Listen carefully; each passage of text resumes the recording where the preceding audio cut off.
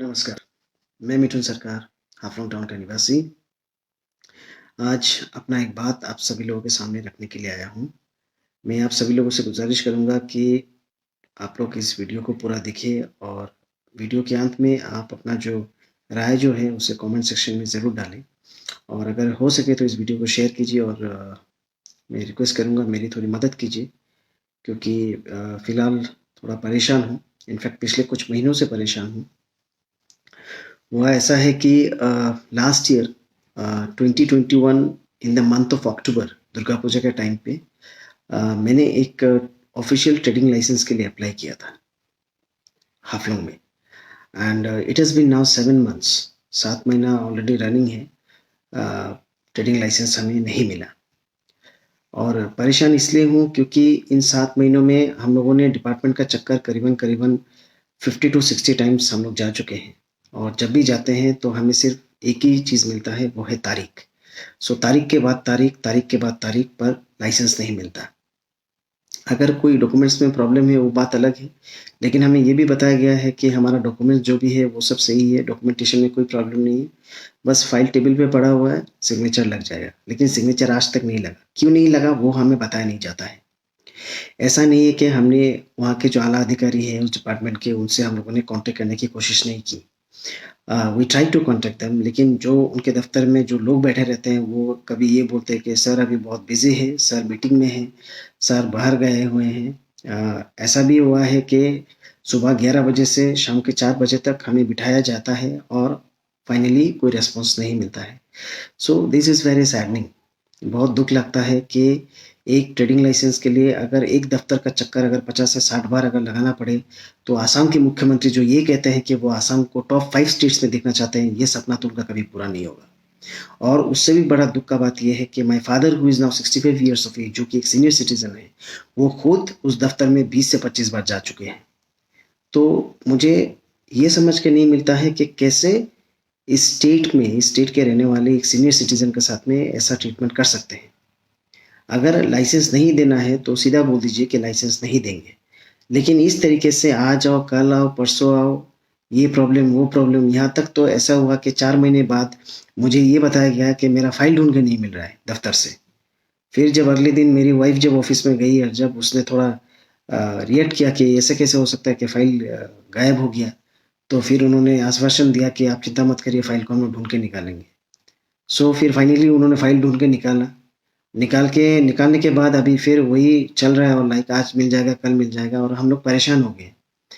My point is that कि अभी Covid के टाइम पे बहुत लोगों के नौकरी चले गए। मैं खुद एक बिज़नेसमैन हूँ, मुझे पता है कि जो बहुत लोगों के बिज़नेस भी बंद हो गए एंड बिज़नेस का जो सिनेरियो है वो पहले जैसा नहीं है और बहुत ही लाइक ये एक डिप्रेशन मोड चल रहा है हमारे लिए क्योंकि हमारा बिज़नेस पहले जैसा अच्छा नहीं चल रहा है। तो हम कहीं न कहीं बहुत परेशान हैं। तो परेशानी में अगर इस तरीके से एक डिपार्टमेंट का चक्कर इतना बार लगाएँगे और वो भी इतना परेशान करते रहेंगे तो ये अच्छी बात नहीं है। इस मैटर को लेकर मैं कुछ आला अधिकारी से भी मिल चुका हूँ। मैं नाम लेना नहीं चाहूँगा क्योंकि मैं कुर्सी की गरिमा को ठेस नहीं पहुँचाना चाहता हूँ। पर बुरा इस बात का लगता है कि ब्लेम करें तो किसको करें? Is it due to lack of good professionalism? Is it like due to lack of able leadership? Blame करें तो किसको करें? मुझे तो ऐसा भी फ़ील होता है कि शायद हमारे हाफलोंग टाउन से रूलिंग पार्टी से कोई हमारा लीडर नहीं है, इसलिए people of Haflong are often treated like cats and dogs. But I'd also like to say कि please don't take the common man for granted, क्योंकि अगर आम आदमी का अगर दिमाग घूम गया ना तो बहुत कुछ हो भी सकता है। So please don't test the patience level. कहीं ना कहीं आज मेरा फ्रस्ट्रेशन लेवल टूट गया, इसलिए मैं ये वीडियो बना रहा हूँ और मुझे वीडियो बनाने का कोई शौक भी नहीं है। लेकिन मजबूर कौन कर रहा है? मजबूर तो आप ही कर रहे हैं ना।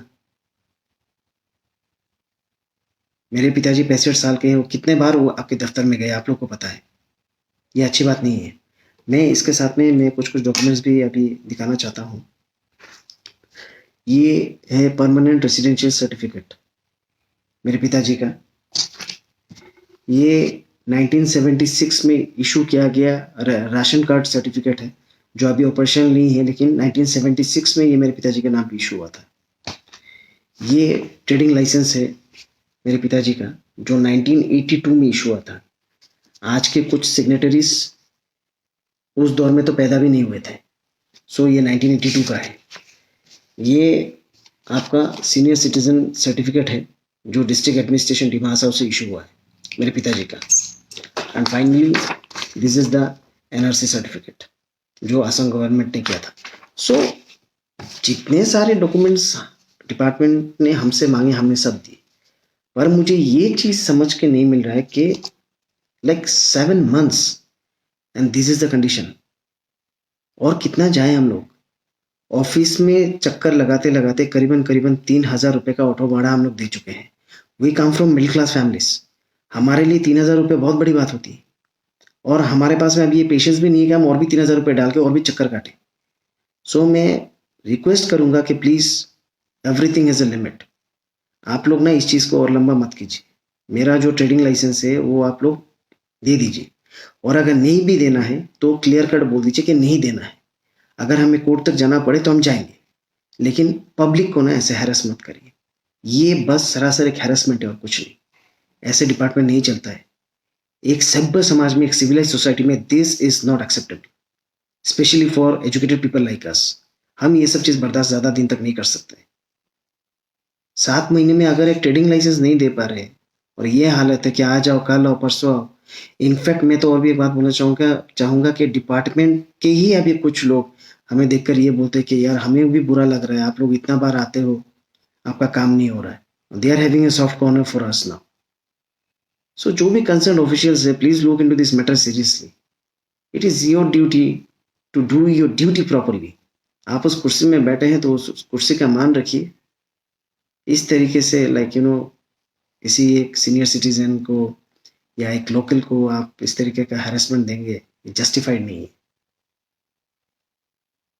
इस वीडियो को प्लीज शेयर कीजिएगा और अपना जो विचार जो है, जो भी आप लोग सोचते हैं जो भी सही रहेगा, प्लीज कमेंट सेक्शन में डालिएगा। अलॉन्ग विद दैट मैं ये भी बोलना चाहूँगा कि असम गवर्नमेंट का एक वेबसाइट है। मैंने वहाँ के जो ग्रीवियंस का जो सेक्शन है, मैंने वहाँ पे ये कंप्लेंट भी डाला हुआ है इस चीज़ को लेकर। वहाँ पे भी 10-15 दिन हो गया, कोई रिस्पॉन्स नहीं है। तो कुछ समझ में नहीं आ रहा है क्या करूँ क्या ना करूँ।